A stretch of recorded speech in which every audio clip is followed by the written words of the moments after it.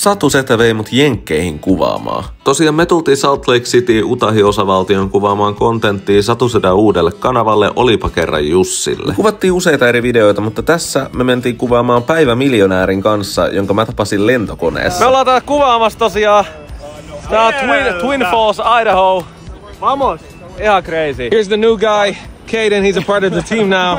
I'm a new YouTuber. Vesiputoksen jälkeen mentiin cliffjumppaamaan ja sen jälkeen mentiin Cadenin mummon kotiin ampumaan aseita ja räjäyttelemään räjähteitä. Tosiaan eka video, joka julkistettiin Jenkeistä, niin siitä mulla ei ollut behind the scenes matskuu, mutta se on nyt Jussi YouTubessa. Me saatiin siis mielenosoituksessa videolle se, kun 50 metriä meistä tapahtui ampuminen ja se pääsi Iltalehteenkin. Seuraava video olikin rauhallisimmissa maisemissa, kun me mentiin telttailemaan ihan mielettömän kauniiseen paikkaan. Viimeisenä iltana mentiin vielä Salt Flatseen läheisyyteen kuvaamaan musiikkivideon pätkiä, mikä Jussilla on tulossa piakkoin. Yleisesti pakko sanoa, että jenkit oli kyllä ihan mieletön reissu. Tuli tavattua paljon uusia mahtavia ihmisiä ja saatiin ihan pirun hyvää kontsaa kuvattua. Nyt vaan takaisin editointipöydälle ja seuraavaa reissua tulee jo kohtuu pian.